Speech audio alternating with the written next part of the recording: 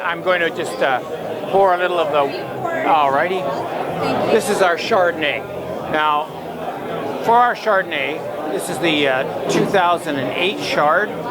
It's a wine that we've been working with for about, I don't know, maybe 10 years. Yes. And as a white wine, it's got a huge range. So we like to, there's many styles.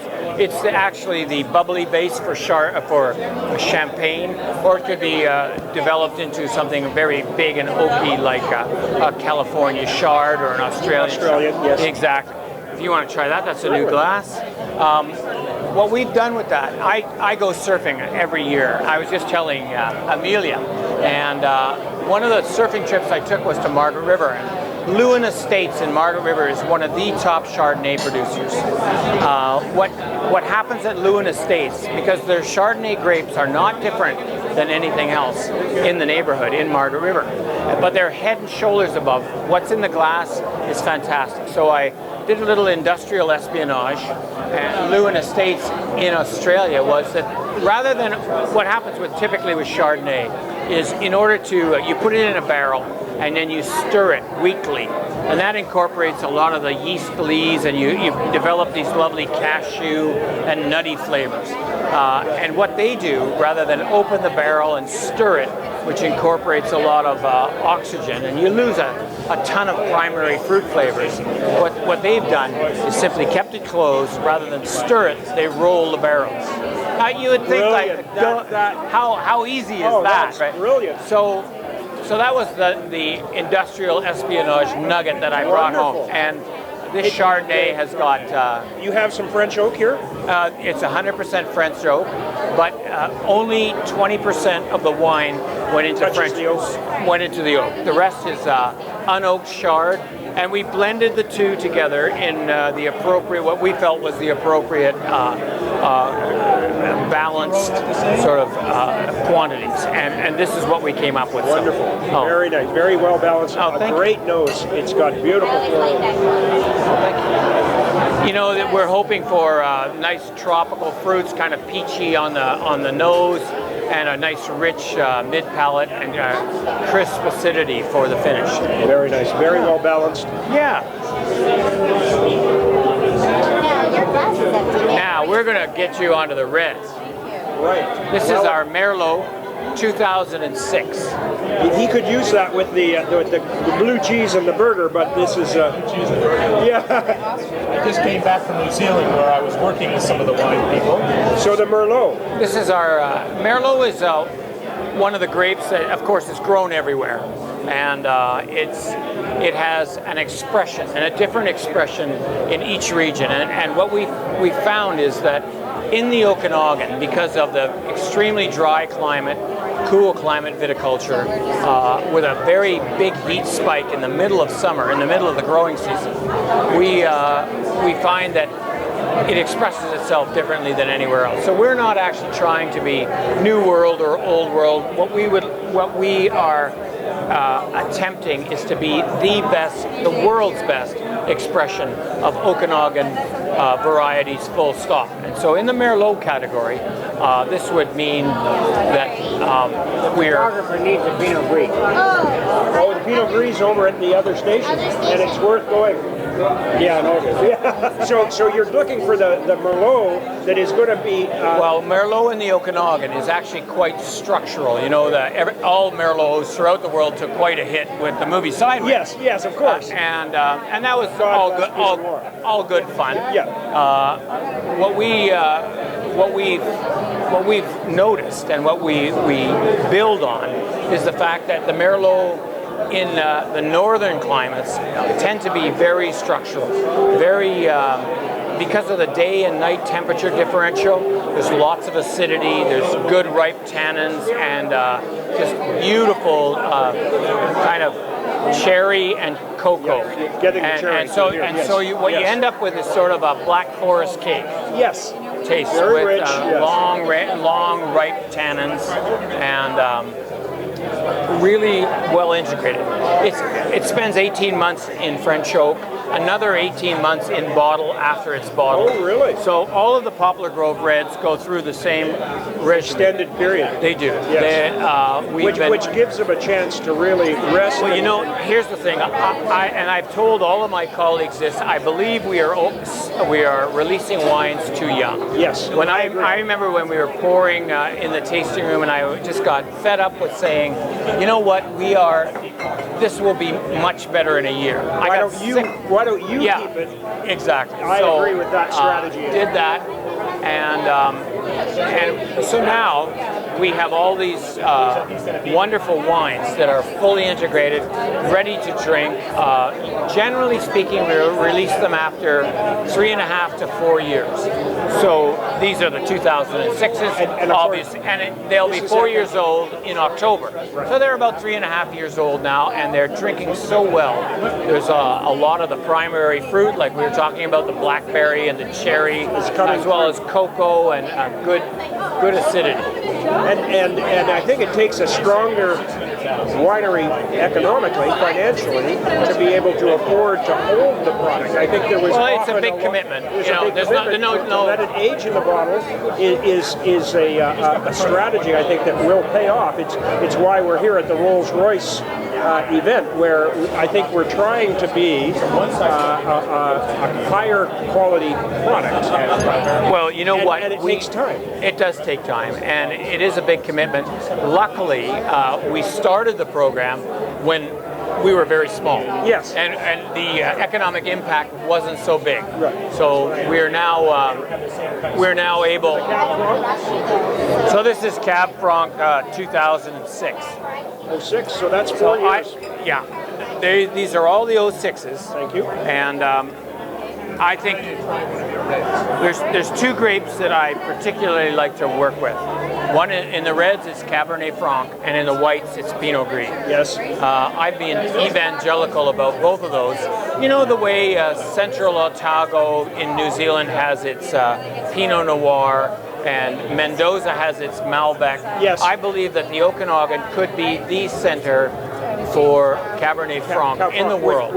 It's such an amazing expression of that variety. Now, you know, it's grown everywhere. Yes. And typically it's just sort of a secondary blending grape. Yes. Exactly. Never standing on its own legs. Well, in the Loire Valley. Yes, it will. It does. They don't put it on the label. It's just domain to Harry or whatever, you know. But in the Okanagan, because of our particular weather patterns and our dry season, and we focus on a very light crop load, which allows the plant to ripen the grapes fully. So, you know, we get all of these factors combining. Yeah, I think rich, very full. You know what? I think tannins are very soft, which is, I think people expect it to be. Expect it to be a little bit harsh. Well, you know, when you taste the ones from the Loire, and often if it's unripe, there's very green tannins in there. We've learned over the years that if the tannins aren't ripe, it's wrong. There's nothing we can do in the winery. There's no amount of manipulation that will change that green vegetal you can't tannin. take it away. You can't hide it. Cannot. You can't mask it. You can do you some. Can try and blend it and do you don't want to do that. You know, we want to have the fruit come into the winery where we don't actually have to work at all. Yeah, it stands on its own as is. As it should. Yes. And so we're more into shepherding rather than manipulating. And that seems trite and it seems obvious, but you know what? Do it. That is noble. That is, if you can do it, it's very, very difficult. And the hardest part is to convince, to understand that you need to have a really low crop load. So the acre of land that you've just spent $200,000 buying, it's only going to produce 2 tons, which is about 130 cases of wine. So the payback is enormous. So you have to have very long-term vision. Yes. If you're trying to get 5 tons an acre as opposed to 2, the wine cannot taste the same. It's not going to work. So that's part of our strategy. The other part is simply that we are blessed with that kind of climate and that kind of sunlight intensity. And you're on the right side of the valley. And we've got a Naramta bench, and we also Tony and Barb, who are also owners in the property, as is Barry Sally. Tony and Barb have farms down in the Soyuz as well, and it's a bit of a hedge against disaster. Yes, no, that's very wise. They're 50 miles apart, somewhat different, but that just gives us a broader palette for blending, and we love doing it. And I'm sure that when we talk about the legacy, which is your Meritage. Well, we don't call it Meritage. Well, I understand that. It's a Bordeaux blend. I like that better. Yeah, it's a Bordeaux style blend. And I've always said it's more Pomerol Saint-Emilion on the right bank. But then I went to a tasting of what was it? Oh, sorry, of a Bordeaux wine that whose name currently escapes me. But anyway, Chateau Palmer. Yes. Very, very wonderful, and it is Merlot based. It's not Cabernet Sauvignon based. Yeah, I didn't know either. Interesting. Very cool. So tasting a wine, it was 62% Merlot. So our wines are typically 60% Merlot, 20% Cab Franc, 10% Cab Sauv, and a soupçon of Malbec. That's typically our blend. And what we discovered was that's not just Saint-Emilion and Pomerol. It's also in some chateau, in some years, in Bordeaux.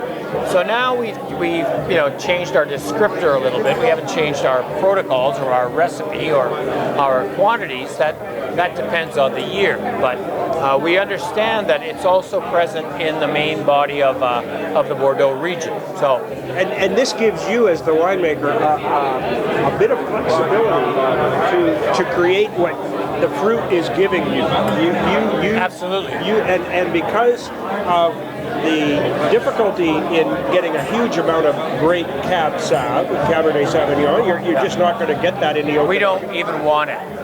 We so want it as a blending component. It's a blending component only. Yeah. And so this puts you into a little bit of a different situation. So that's now the legacy. We'll try the 2006. Oh, beautiful. Yeah. And this is your creation, correct? This is. And so this is. So in this year, it was 70% Merlot, 24% Cab Franc, and a touch of 6%. Yeah, exactly. So now the idea behind this is really it's the spoiled child of the winery. I would think so. We know going in that this is our signature wine. We want it to be the best of the best. So typically when the grapes come in, we're already mentally noting that that Merlot from across the road, that is pretty amazing Merlot, and that Cab Sauv and that Cab Franc from over there. And so what we do is we don't blend any components until 18 months. So you know what you have. Exactly, we know what we have, and we've been following the barrels. Every barrel from every plot, from every pick date is separate. It's written on the barrel exactly what it is. So when we lay out 80 barrels of Merlot or 90 barrels of Merlot, we go through and we taste them and we go, this will be in the legacy program. This is stellar. So we take all the components, put them into a tank. The varietal Merlot will be bottled. The legacy, as a finished wine now, is put back in barrel for another 4 to 6 months. Really?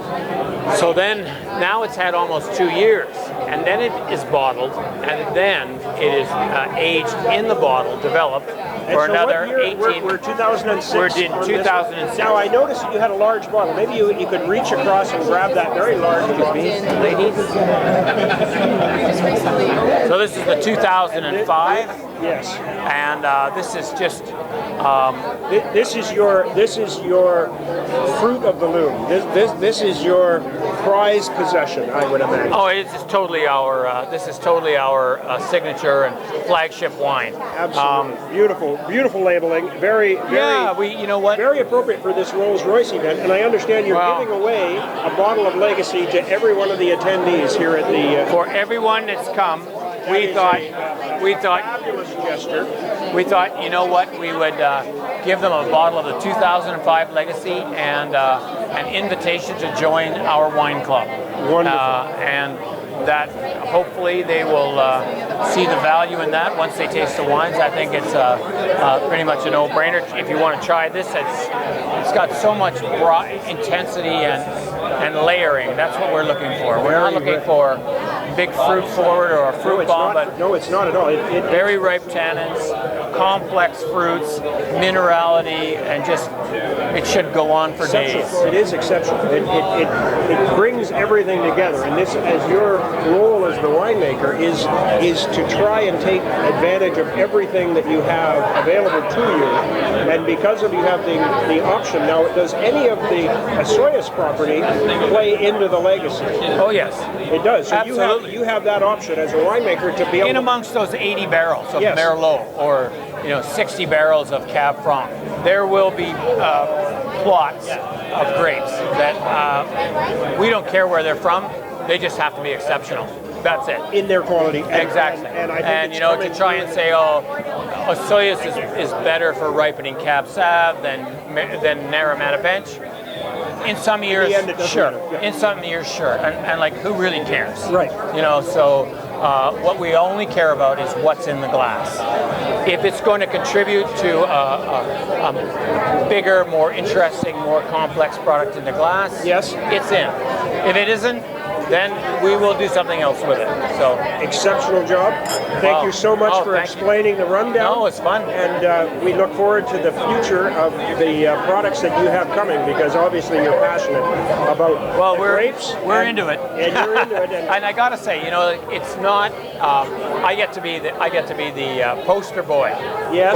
for the brand, but this involves an entire crew. This is me talking for a very large team. We have all of our vineyard managers and the crews, our viticulturalist who's run 1,000 acres for other companies elsewhere, very talented person, the winemaking staff and our sales team. Everybody has to pull together to make all this work. I get the very nice job of coming all to the Rolls-Royce accolades, yes. and drinking wine and explaining what we're doing. Well, you have to be proud of your team, and thank you very much for sharing. Very welcome. It's been a pleasure.